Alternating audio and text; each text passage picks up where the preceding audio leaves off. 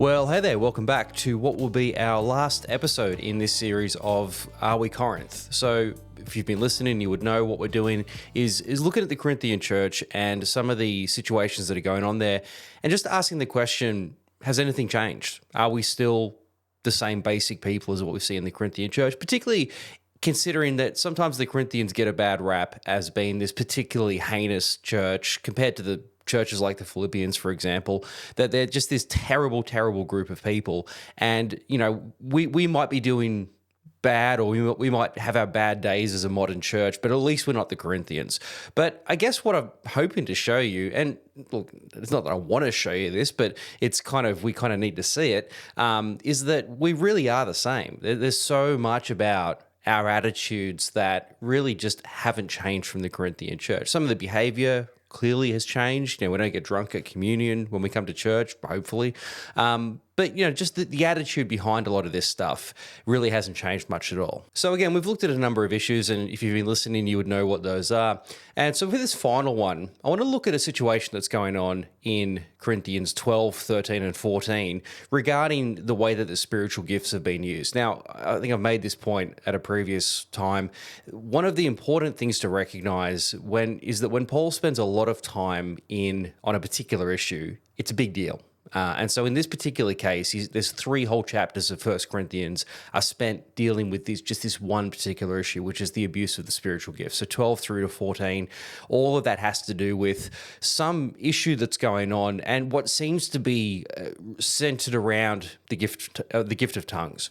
So we'll look at what's actually going on there. But as with all of these things, we need to look at what this world was like, what was going on behind the scenes of the life of a typical Corinthian, and really just the life of a typical person in the ancient world that was feeding into what this situation was. So one of the points that I've been making, it's fed into a lot of what I've been talking about in this series, is the importance of education in the ancient world.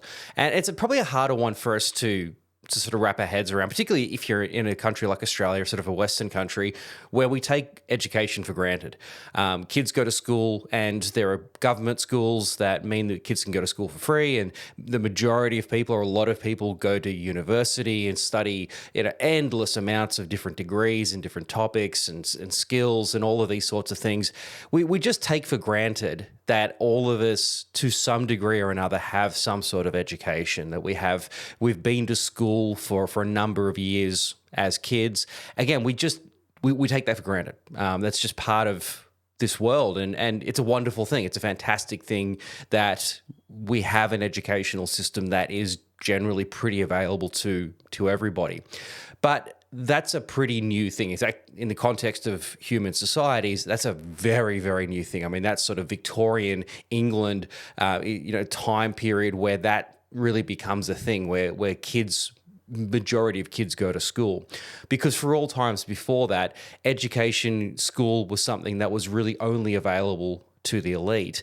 And so it was going to school that enabled these elite kids to become elite, to become the leaders and the most sophisticated ones within their society. And so this is especially the case in Paul's world. When we talk about the first century, we're talking about a time where you've got a very small group of elite, which is true in all human societies. There's always a very small group of elite. But then what you've got is a world where the majority of people are living at absolute poverty, living at subsistence level poverty, where you just don't know where your next meal's coming from. So basically you're sort of living hand to mouth through your whole life.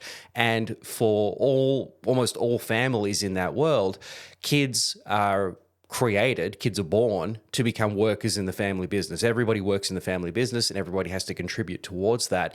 And so for kids, they need to grow up quickly and become workers. And so the idea of child labor, that's old news. That's what societies have been doing forever.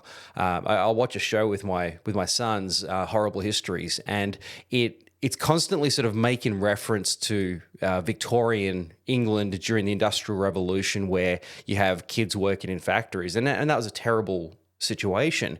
But that wasn't new. That's what all human societies had been doing for all times and all places. Child labor, this is why you have children, to work. And so you need the kids to be working because they need to be contributing to the family business. They need to literally earn the bread that they eat. So that's all very normal. And so most families will have children to put the kids to work.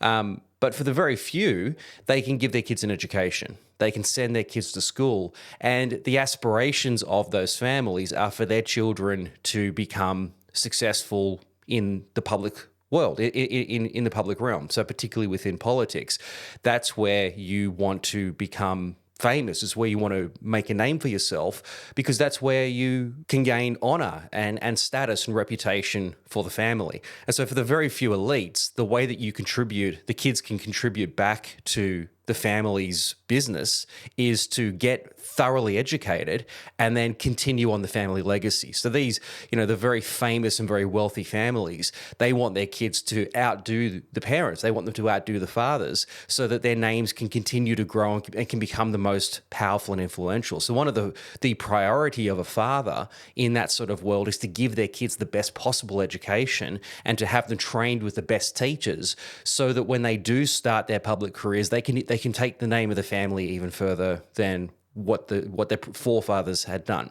So that's the goals then of the very elite families. And so in order to do that, again, you need an education. You need you need the kids to be the most educated and therefore be the most sophisticated in order for them to fulfill their calling, their legacy as kids in the family. And so where we see this sort of play out is specifically in the language of education itself. The Greek word for education is the word paideia. So it's a word you'd be familiar with. It's where we get the word pedagogical from, for example. So a pedagogue was a teacher, was an instructor. So think about pedagogical in the sense of education. That's where it comes from. It comes from the Greek origins. So the paideia, this idea of education, the word translates as education. It refers to the practical process of schooling. But what it also refers to is culture. So literally to be educated is to be cultured. You are going to school to be enculturated in the values of the society, to be an embodiment of what the society holds to be the most valuable. And so what you're learning isn't just head knowledge, you're being fully formed into the ideal human being. And so in the Greek idea, education was holistic. It was about making the ideal human. The Greek idea was that we as humans are the epitome of the created order. And so for us to fully realize our potential, we have to be holistically trained, physically, mentally, spiritually. Everything about us has to be perfected. And that only in that way can we become fully complete as humans. And so the process of education is about making the ideal human being, which is why an educated person, being the ideal human, is the person who isn't just the most equipped to lead, but is the most morally capable of leading. Only an educated person has the moral aptitude and the spiritual perfection to be a leader. If you're not educated, then you don't have that. You haven't been through that process. And so it's not just that you can't lead, you need to be led. You are a lesser human being. You're not fully formed. And so for that reason, you need these sophisticated, elite, educated people to lead you, to become your rulers, because only they have the capacity to do that. And they've got that through their education. So the goal from the youngest age was particularly for boys. Girls generally don't get educated. Girls are there to make babies. They're going to grow up. The only education that they'll ever receive is from their mum. They'll go through the process of learning how to be a housewife and how to be domesticated, how to be a good wife and mother. And then when they're 13 or 14, they'll be married off to start making babies and have families, and that's their lot in life. It's the men that lead in public. It's the men that are actually doing the work of politics. It's the men that are the leaders in their society, the generals in the armies. And so we need to prepare those men in order to be the almost gods, almost godlike within the society. So it starts really from birth. It starts from the earliest age. There's some very famous educators who actually wrote down educational manuals for how to not just what to teach a person, but how to literally raise them from the earliest days. And so even so far back as, when you have a child, when you have a baby, the nursemaid, a wealthy family will always get a nursemaid to do the feeding because the mother's, she's a socialite and she's too busy to do all that kind of stuff.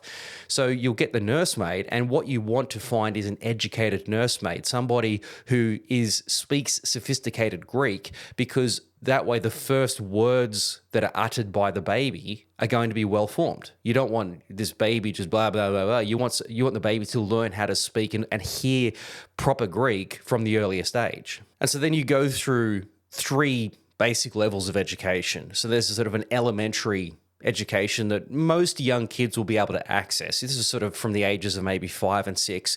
They'll be able to get a basic education. And so even the poorest kids, if their parents can afford it, will find a teacher who works for a very small wage that might just teach them the basic ABCs and just teach them, how to count and just the very basic knowledge skills that they might need in order to be able to get through life. But, by the time they're 8, 9 years old, time to take them out of school, they're big enough to start to work now.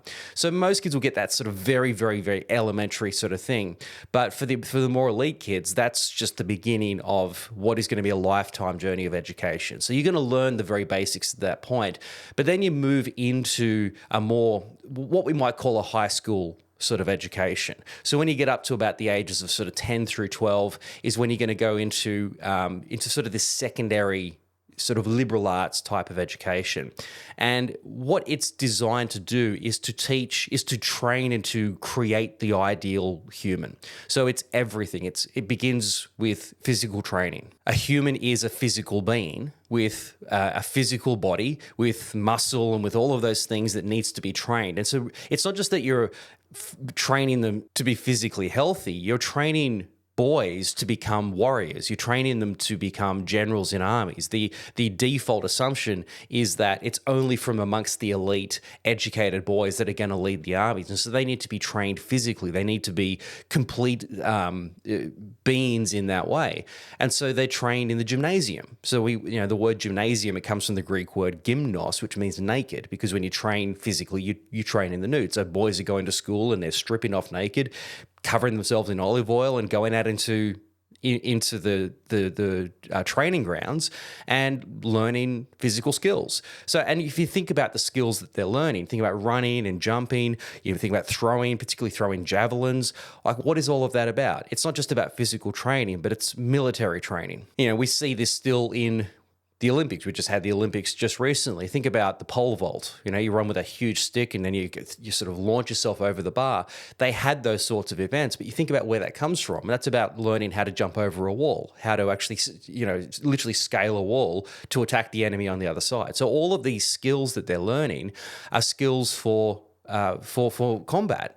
So, you're learning how to wrestle, you're learning how to box, you're learning physical combat. All of these things that are training you, not just training your body to be fit and healthy and to be strong, but also to be skilled in that way. But then you're also got to train the soul, you train the spirit. And so you do this through music, through dance, through drama, through poetry. You're learning how to beautify the soul. Humans are beautiful creatures. Humans are sophisticated creatures. So you want to develop that. You need to train the young man to be sophisticated, to learn, to develop the soul so as to understand beauty, to understand rhythm. Particularly later on when they're learning to be an orator, they need to learn the skills of graceful skills. You need to be able to speak well. You need to be able to think beautiful thoughts. You need to be able to sing. You need to be able to dance. You need to be sort of smooth in your movements and in your voice. So all of these sort of spiritual, sort of soul developing skills are what you're also learning. But then, of course, you train in the mind, and this is the priority. You're learning logic. You're learning mathematics. You're learning astronomy. You're learning argument and reason. You're learning philosophy. You're learning history. You're learning military theory. degree. So you're training your mind to be the best. You're learning everything there is to know. The ideally trained person knows everything. They've learned everything. They have a working knowledge of the whole world and the universe and everything within that. And so all of that process is this holistic training. In fact, the name that was given to it in the Greek is the word enkyklios paideia. So literally cyclical education. So enkyklios, holistic or cyclical, paideia. Think about where we get the word encyclopedia from. It's encyclopedia. It's the idea of the encyclopedia was always to give this holistic education. It was to try to encapsulate all knowledge that humans had in order to somehow prove that if we can learn everything ourselves, we don't need God anymore. Basically, we don't need a mind out there anymore because we can have that mind. So the encyclopedia sort of emerges, and then they realize, well, we can't do it because there's too much to know. But that's where the term comes from at any rate. So you go through this secondary level of training, and what you're being created to be is this holistically perfect human being. That's what we're striving to be. So that's kind of the high school age of your training through your teenage years. And then you go to what we might call a university level of training. This is where you're learning the really practical skills, or you're learning the more sophisticated skills that you're going to need for your future career as a politician.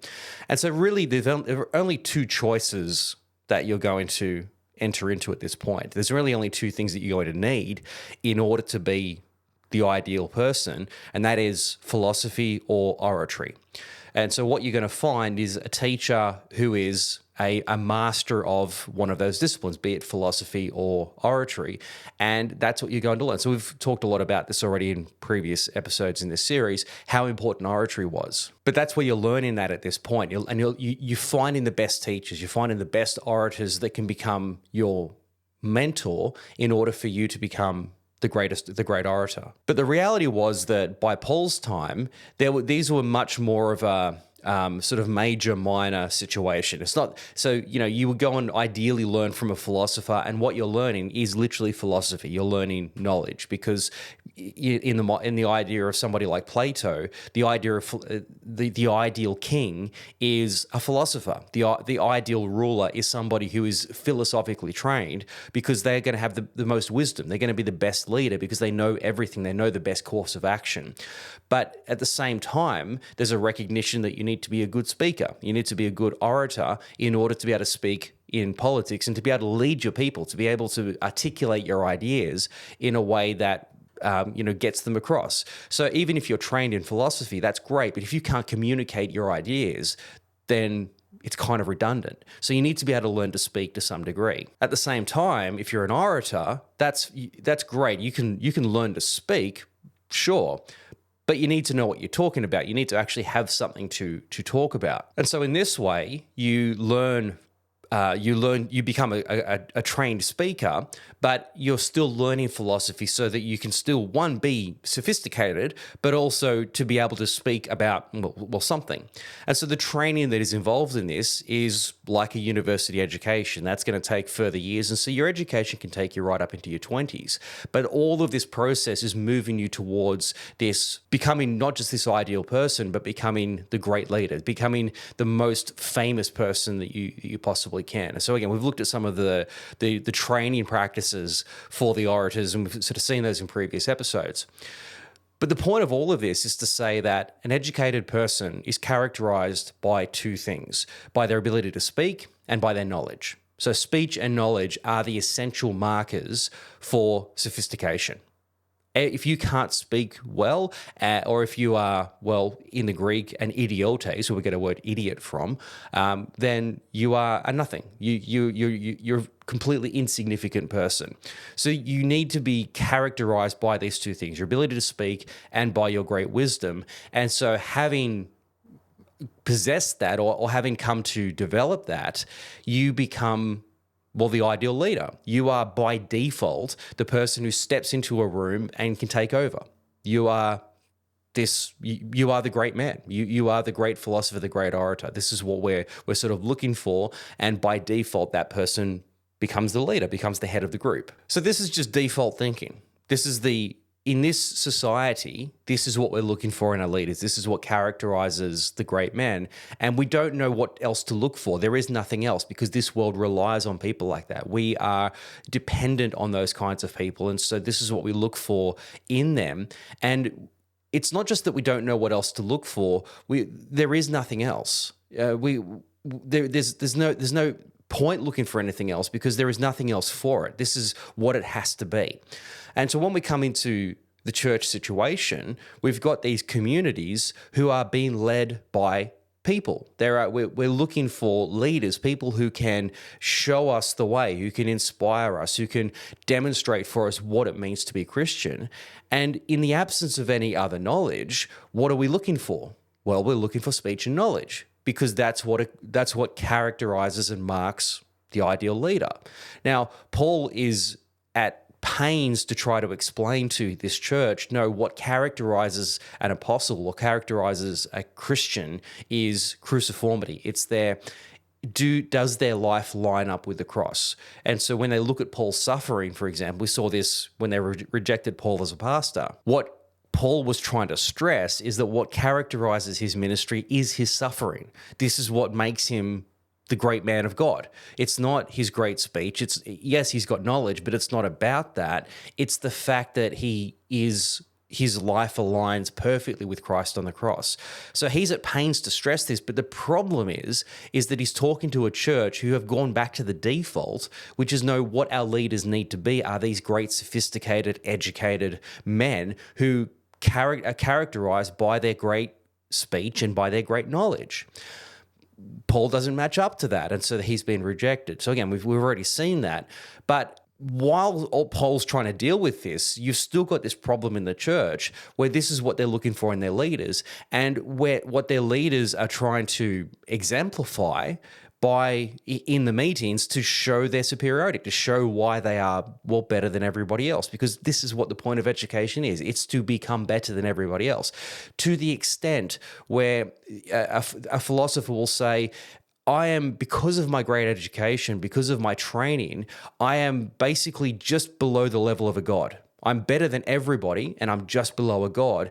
And this is what they're striving after. It's not even, they don't hide the ball on this. This isn't just, a couple of arrogant philosophers. No, the goal of it is to be able to stand on a mountain, metaphorically, and look down on all of the rest of the human race as a bunch of ants. Their superiority is so great that they're basically up in the clouds with the gods. This is what we're aiming to be. And we're trying to get there through our own efforts. Because of our great discipline and our great abilities as humans, we've managed to climb the mountain to get to this point. In fact, this is why Paul says to the Corinthians that the message of the cross is foolishness to those who are perishing. It's foolishness to Greeks because it requires us to die. It requires us to humble ourselves at the cross, as opposed to boasting in our great ability and boasting in our great achievements because of how wonderful we are and how much better we are than everybody else. It doesn't allow for that. It, in fact, requires us to lay ourselves down, come to the cross, die to ourselves, and allow God to be all of himself in us. We can't achieve this by any of our own human efforts. In fact, our own human efforts are what got us in trouble in the first place. And so it's the complete antithesis to what this Greek educational program would look like. This is why, again, the message of the cross is foolish. The word he uses there is literally the word moron. It's completely moronic to those who are perishing because, it requires us to humble ourselves. So anyway, what we have is a situation in the Corinthian church where, again, these guys are looking at what qualifies them and makes them superior to everybody else. In a world where it is about status seeking, what makes us superior, what characterizes us? Well, it must be speech and knowledge. And so in that sense, we've got the knowledge. We're smarter than everybody else. Frankly, we think we're smarter than even you, Paul. We've had Apollos come and he's better than you are. He gives us meat, not the milk that you've given us. And we can resonate with him because he's so much more educated than you are. And so the knowledge side of things is taken care of. We've got that knowledge. We're educated. We've got a handle on this whole Christianity thing. But what about the speech? What form does that take? Well, what they had seen in their apostles is that when you have the Spirit, now what characterizes a Christian? It's the possession of the Spirit, right? When a Christian becomes a Christian, when you become a Christian, you are characterized by possession of the Spirit. And so Paul uses this language when he's talking to them in 1 Corinthians 2, where he says, those of us with the Spirit can understand the things of the Spirit. What he's talking about is Christians. Those without the Spirit don't understand the things of God because they don't have the Spirit of God. So what characterizes a Christian is possession of the Spirit. And in their case, what marks them out as having the Spirit is the ability to speak in tongues. They'd seen that in their apostles. They'd seen tongues as being the evidence of the possession of the Spirit. And so they're looking at that saying, well, that's what not just marks us out as being spiritual, but the extent of the tongues that he used must be an indication of the superiority of their spirituality, because everything is about superiority. Everything's about being the best. Whatever it is that you do, it's about being the best. This is an agonistic society. It's a competitive society where it's not just about being the status quo and just having what everybody else has. You've got to be better than everybody else at absolutely everything, including spirituality. So if we're going to have the Spirit, that's fine. But what makes my spirit possession, what makes my spirituality better than your spirituality? Because we can't think in terms of anything other than being the best and nothing else. And so what then that surely looks like is tongues, but not just that I can speak in tongues, but that I speak in tongues more than everybody. So what you have to imagine happening is that when the church is coming together, you've got this almost competition emerging as to who's speaking in tongues the longest and the loudest more than everybody else. Now, one more dimension to add to this, if you remember, we've talked a bit about this already, but the idea that the church consisted of a number of house groups, right? There wasn't just like this one big church of Corinth that met every week in some church building somewhere. None of that existed. What you have instead is a series of house groups of families who would normally meet together on a regular basis because they're families, right? They're already in a group anyway. And so that would become Christianized. The family would be Christianized. And so they would be the regular church gathering. The regular meeting together as a family becomes church. But then what would happen maybe once a month would be that all of those groups would come together, maybe get a rented hall, maybe just get a bigger space than just one family's house, and all of those houses would come together and have a bigger meal, and that would be the church of Corinth. That would be the ecclesia that Paul talks about, not just the little house groups, but all of you coming together as a collective group, as a gathering, this ecclesia. That's the true church. That's really what the church in Corinth is meant to be. Now, that's all good and well. The problem is that you've got all of these families who have already got their own sort of identity. They see their family as their primary group, which is what it was in an ancient society. The family was your primary group. Other families, at the best, maybe your friends, perhaps. You're maybe sort of associates in some way, but at the worst, they're your enemies. Right? The animosity between families is very real. Your family is your primary group, and so therefore if you're trying to be the best family and there's another rival family in the city, then that becomes your enemy. And so anyone in your family is now enemies with everybody in that family. These families are going to have these natural rivalries. And so we don't know who the families were in Corinth, but you can imagine very easily how this competition could arise, because I, as an individual, am also a representative of my family. I don't see the ecclesia, the church of Corinth, as being my group. My family is my group. And so if my family is successful, then I look successful. I'm successful with them. If they are honored, I'm honored alongside with them. And again, I'm not seeing my honor coming from the honor of the entire group. So what you're going to get then is when these churches come together, when these houses come together, is a pre-existing competition.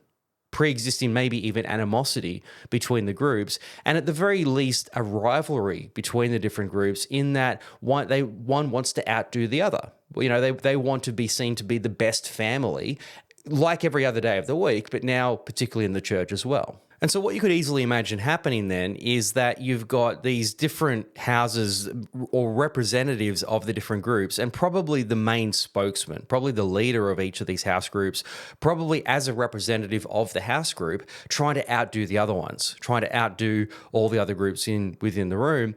And they're doing that through their speaking in tongues. They're doing that through their spiritual gifts because, well, in this particular setting, the thing that characterizes this group is the possession of the Spirit. And so if I'm going to be the best, then I need to be the most spiritual, at least be perceived to be the most spiritual, because that's what this group values. Whatever the group you're in values the most, you want to be the best at that so you can be the best in the group, whatever that might be. In this case, it's spirituality. So in that case, I'm going to speak in tongues more than everybody, speak the loudest, speak the longest, because that way everyone's going to know that we're the best.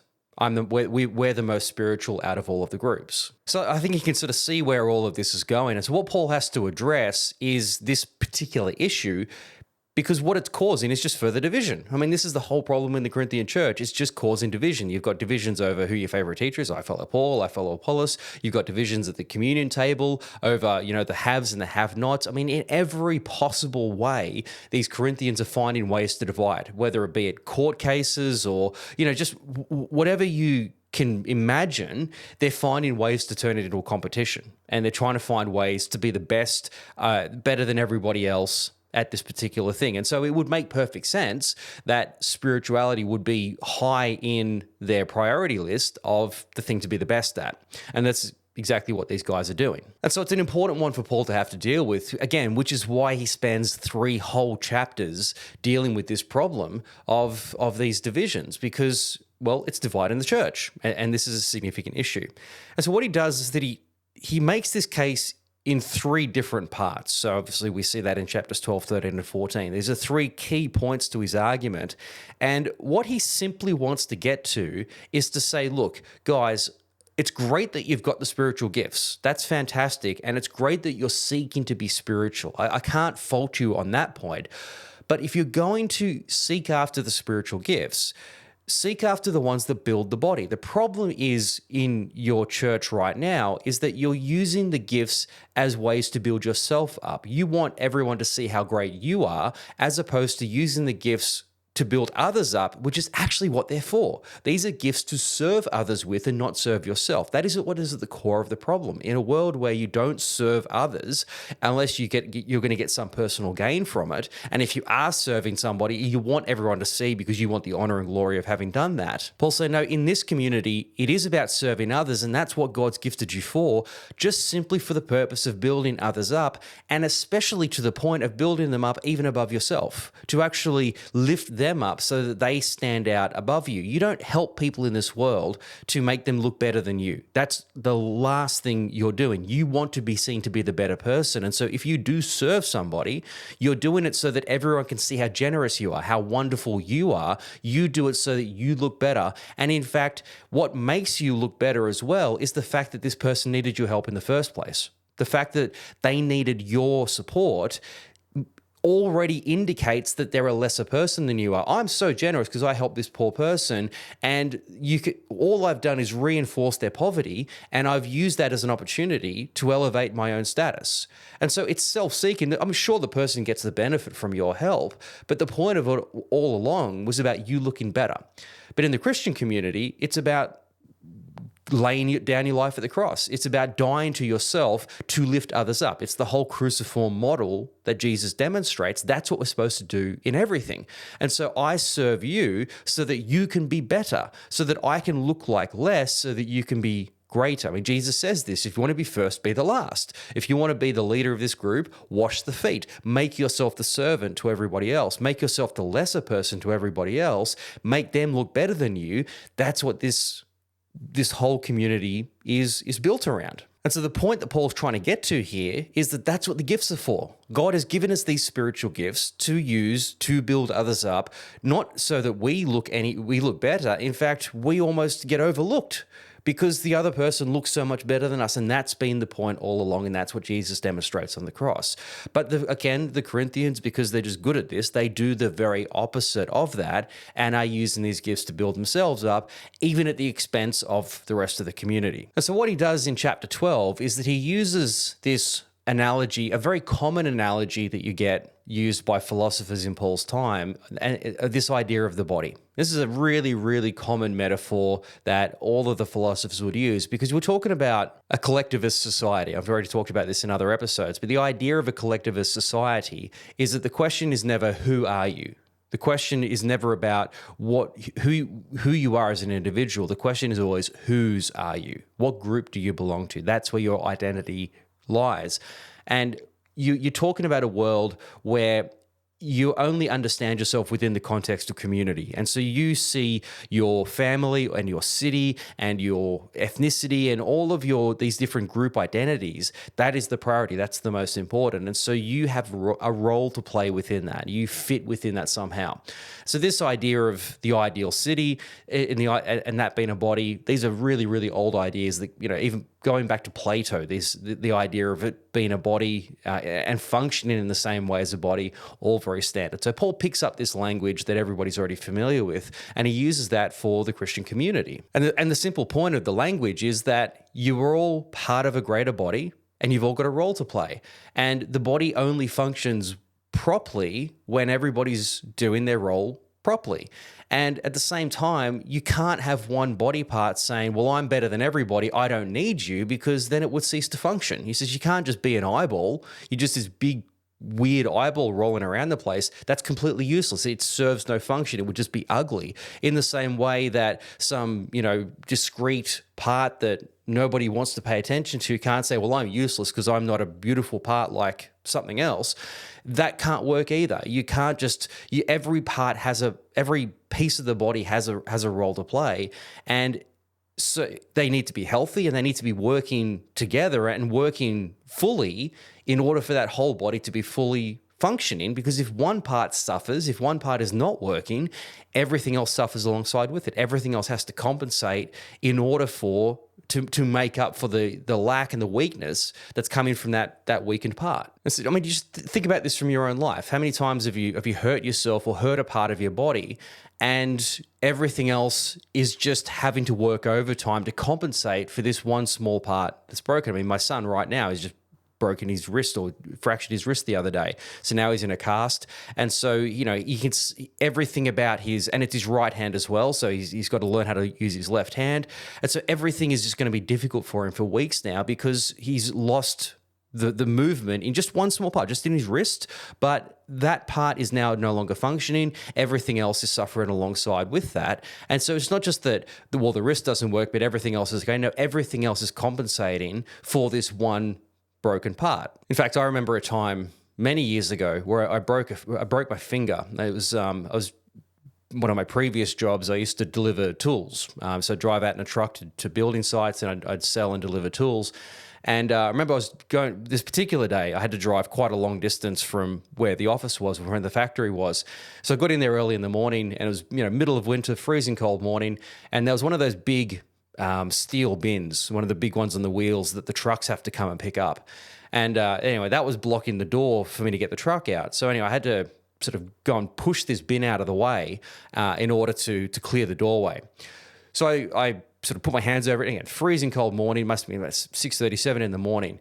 And the lid on the bin was up. One of the big steel lids was sort of sitting up. And a smart person would have put the lid down before you move it. It was early in the morning. My brain wasn't functioning. And I don't think I was drinking coffee at that point either. Anyway, so I start pushing the bin, and I didn't hear the lid come down, but I heard it when it landed. And so this big steel lid lands on the steel bin, and my fingers across the rim of the bin.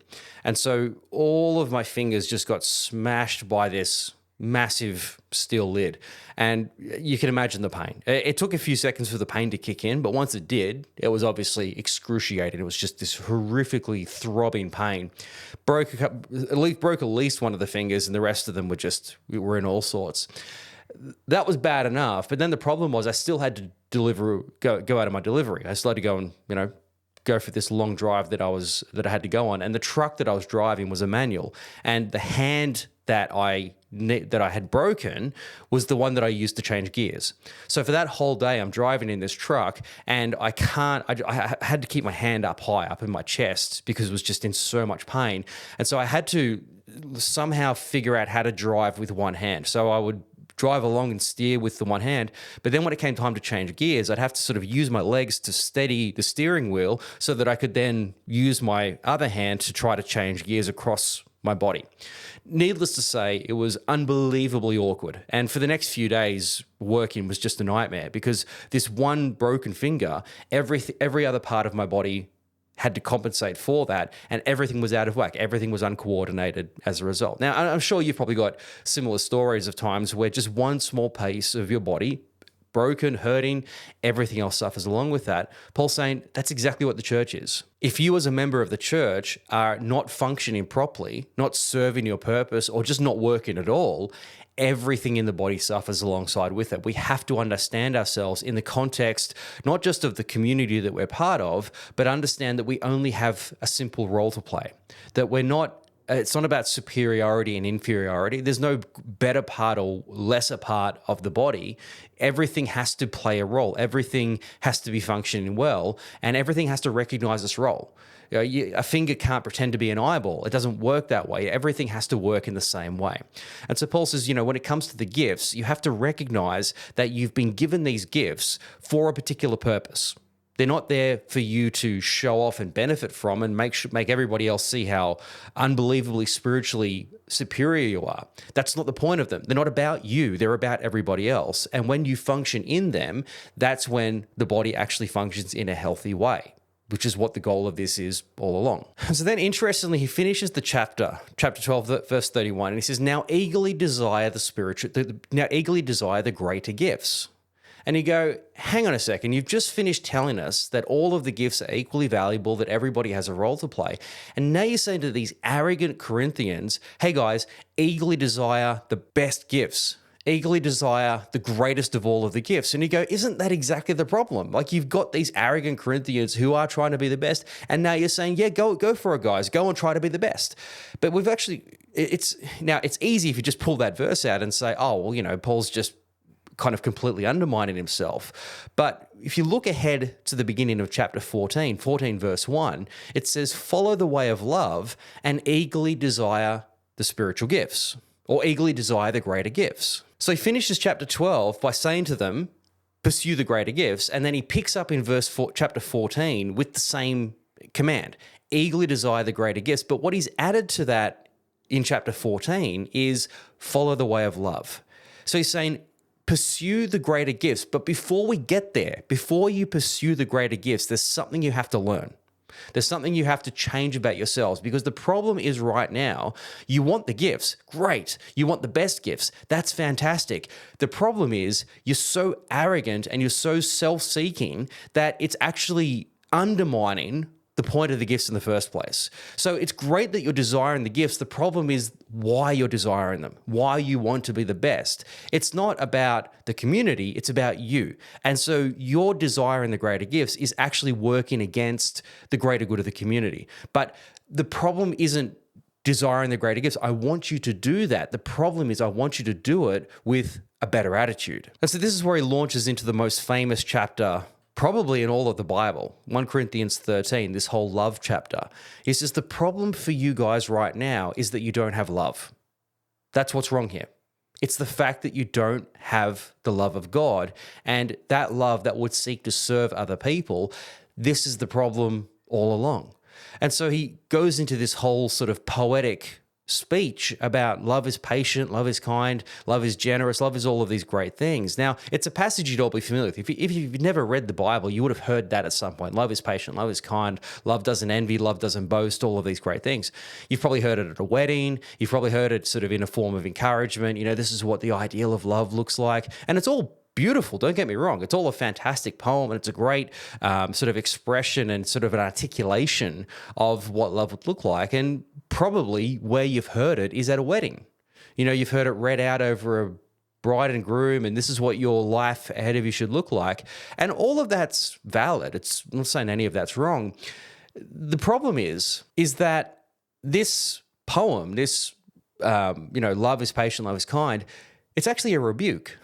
This is actually Paul rebuking the church. Your problem is that you're not these things. The problem is that you're not patient, you're not kind, you are self-seeking, you are arrogant, you are boastful, you don't have love. That's the problem. So really, probably the better way to read this is something like, love is patient, you idiots. Love is kind, you morons. This is exactly what's wrong with you. It's a rebuke. If you got love, if you actually had the love of God in your community, we wouldn't be having this conversation. There probably wouldn't even be a 1 Corinthians if you just got a handle or a revelation on what the love of God is. And so get that first. Right? Understand what love is. Get the love of God in you. And then also recognize that these gifts without love are completely redundant. They're just empty noise. In fact, they're just damaging. There's no inherent value in them apart from love. They have to work within the context of love. And even more than that, the gifts themselves are only for this life. They're only for this community. They're only for this particular time. When perfection comes, when eternity comes, we don't need them anymore. We're not going to need to prophesy when we're in the presence of God. We're not going to need to be speaking in tongues when we're in the presence of God. We don't need those gifts anymore because when we're in the presence of God in fullness, well, they're redundant. They've become completely redundant. What they are now is a first fruits. What they are now is just a sampling of what's to come. They're just the way in which God can work through his community. But when we are fully in love, in him, we don't need it anymore. And so this whole faith, hope, and love, but the greatest of these is love. Why is love the greatest? Well, because love is the only eternal one of the three. We don't need faith when we're standing before God. We don't need hope when we're standing before God because the thing we're hoping for now is God. When we've got God, we don't need hope for that anymore. We don't need faith anymore because when God is right there in front of us, we don't need to have faith to believe in him. He's right there. Love, on the other hand, that's the one eternal. God is love. We are fully in love when we're in him. For all of eternity, that's the one that carries with us into eternity. So this is the one that we need to pursue. And so he picks it up in chapter 14 again. So now follow the way of love. Pursue love as a priority.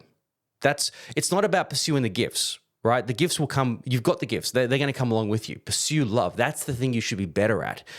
Become great at love. Become superior in loving others. If you become superior in that, then you're going to be superior in serving others. You're going to be superior in lifting other people up. You're actually going to be inferior in your superiority in love, which sounds like a contradiction of terms, but I think you understand what I'm saying here. If you want to become have this agape love, it's a self-seeking, not self-seeking, it's the opposite.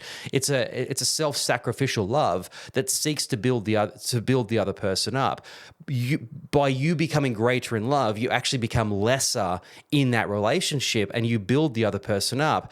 And the more love you pursue, the more of the gifts you require in order to be better at expressing that love.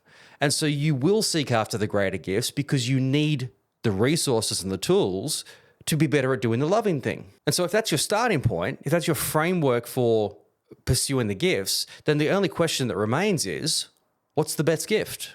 What's the greater gift? Well, it's not tongues, because tongues, unless they're interpreted, tongues just build you up, right? No one understands what you're saying. So you can be speaking in tongues for the rest of your life and you look like a maniac. No one has a clue what you're saying. And again, unless it's interpreted, all you're doing is just trying to show off how spiritual you are.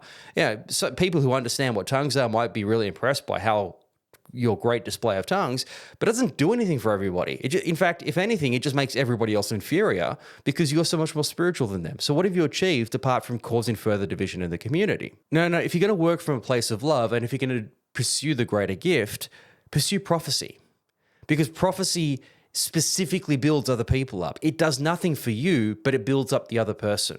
That's, if you're going to speak, and remember, in a world where it's about speech and about knowledge, tongues as a speaking gift were seen to be the greatest gift because we value speech above all else. Well, that's fine. If you value speech as being a priority, that's not a problem. We've got a gift for that. It's called prophecy. And prophecy comes with knowledge. It comes with an insight that can only come from God. You know things that nobody else does. There's your knowledge as well. It ticks both of those boxes. So if it is about speech and knowledge, great. Prophecy is perfect for that. And frankly, tongues isn't, because no one knows what you're talking about. You don't know what you're talking about. It's just gibberish. So you might sound impressive and be speaking really well, but no one has a clue what's going on. Prophecy, on the other hand, one, it's speech, and so you are a superior speaker, but at the same time, you actually bring knowledge to the situation as well. You tick both those boxes, and even better, you build up the other person. For prophecy to be effective, for you to be superior in your prophesying, other people have to be built up by it. Other people have to be blessed and benefited by that prophecy. And so therefore, it is the superior gift. It is the one you should be seeking after. And what it will do is to demonstrate or to be the best conduit for the love of God to express itself. So that's Paul's argument then through 12, 13, 14, and really just as a rebuke to this cultural assumption that speech and knowledge is the priority, which is what the Corinthians are pursuing, of course, but they're doing it around a gift that is just about, well, building themselves up. And so we finish all of these episodes with the question, well, are we Corinth? Well, yeah, I think in a lot of ways we are. Now, I remember many, many years ago, I come from a sort of Pentecostal church tradition. And so I remember we used to do these gift surveys. It was always about, answering a lot of questions, trying to figure out what spiritual gifts you might have. And there was always sort of this sense of, we want to have the best gift. We want to have the coolest gift. We want to have the gift that is the most, sort of out there and the most sort of attention drawing sort of gift. Or just as a general, this sense that we want to have the most glorious ministry. We want to have the platform ministry. We want to be the preacher. We want to be the worship leader, as opposed to the person who puts the chairs out. Because, there's no glory in that. There's no status that comes along with, being the person who does the work that nobody sees. We want to be up front. Now, this is just a personality thing. Maybe this isn't you that I'm talking about here, but there's certainly this sense in people that's just, they want to have that. Or even if they don't want that, there's a sense in which you go, well, I'm not a preacher or I'm not a worship leader, or I'm not this sort of upfront, charismatic leading sort of person. And so I'm a nothing. But I don't have a role in the church necessarily. I'm just whatever vocation I might have. It's not as glamorous as the preacher or as the person who does all of this upfront sort of stuff. And so what am I? I'm just this lesser part. I'm just of no consequence. I'm of no particular value. Paul would say, no, you're absolutely vital to the body. You just got to recognize that and stop, elevating these other positions as somehow better than yours. Or we just see the church community as a place to build our reputations. We just see it as a place to build our own status and to establish ourselves over other people. We see other Christians as just a vessel to, or just a means to an end, which is our own glory. We don't see other Christians as something that we're supposed to build up. We just rather see them as the people that are there to build us up, to build our ministries, to build our reputations, or whatever those things might be. But whichever way we look at it, the attitude that these Corinthians had, be it I'm better than everybody else, or for the others that are saying, no, I'm less than you because I've got this inferior status or this inferior gift, we still see that. And if we were honest with ourselves, we probably fit in one of the other categories. We either want to be superior and see ourselves as better than other people, or we see ourselves as being inferior, and so therefore, well, I don't really fit, I don't really belong, I don't have a place here, or whatever that might manifest itself as. We just don't. We sort of don't see ourselves in the way that we should, and we certainly don't see the gifts in the way that they're meant to be understood, which is a tool that God has given us to build other people up. Nothing more, nothing less. And that in all of that, the priority is, well, love. It sounds like a cliche, but it really is that simple. It's about the love of God expressing itself with the manifest purpose of building up other people, even at our own expense, to lift others up, even at the expense of our own status and of our own reputation, in the same way that Christ did on the cross. So again, are we Corinth? Well, for this reason, yeah, I think we are. I don't think a lot has changed. And for all of the other reasons that I've looked at in this series, really, we haven't changed a whole heck of a lot. Humans, we haven't changed much. It just manifests itself in different ways. Well, I hope that's been helpful. I hope this whole series, in fact, has been helpful. We're not going to be back for a couple of weeks now, so I'm actually heading over to Greece and Turkey for a New Testament tour, which is going to be fantastic, but it will mean that I won't be putting up episodes for a couple of weeks, but we'll return very, very soon with a brand new series, so really looking forward to that. But otherwise, have a great week, have a great couple of weeks, and I will see you soon. All the best.